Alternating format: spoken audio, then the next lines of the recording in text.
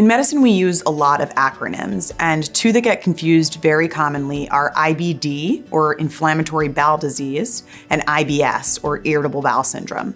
And it's very important to distinguish between the two because they are very different with very different implications. IBD, or inflammatory bowel disease, is a set of autoimmune conditions that includes ulcerative colitis and Crohn's disease.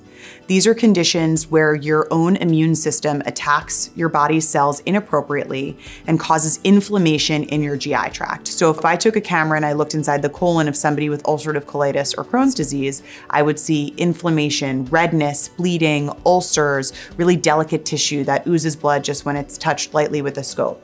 Versus irritable bowel syndrome, which is a condition that can cause symptoms, things like bloating, abdominal pain, diarrhea, constipation, but doesn't actually cause any inflammation. So if I took a camera and looked inside that colon, I would see a normal bowel wall.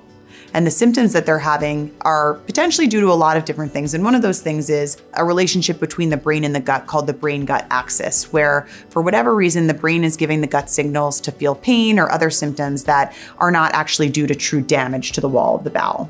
It's really important to distinguish between the two because they have very different implications. IBD, which is ulcerative colitis and Crohn's disease, can cause really severe chronic inflammation. You can get incredibly sick. You have a long-term higher risk for colon cancer versus IBS, while it's uncomfortable, does not have those same risks. And there are some symptoms that really only go along with inflammatory bowel disease. And these are what we would call red flag symptoms, things you need to tell your doctor if you're having. One would be weight loss. IBS should never cause you to lose weight. It should also never ever cause bleeding. So if you're having blood in your stool, even if you think it's due to hemorrhoids, it's fine to call your doctor and actually ask and clarify because blood is really never normal. The last thing is waking from sleep. So while you may have urgency with irritable bowel syndrome, like especially if you eat a food that triggers your symptoms, you should never be waking up in the middle of the night to have a bowel movement. And if you are having that kind of symptom, you need to tell your doctor because further investigation needs to be done to see if you actually have IBD.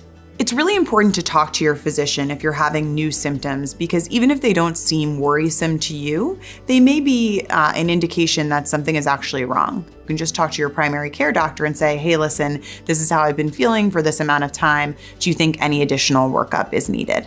And they can sort of guide you from there.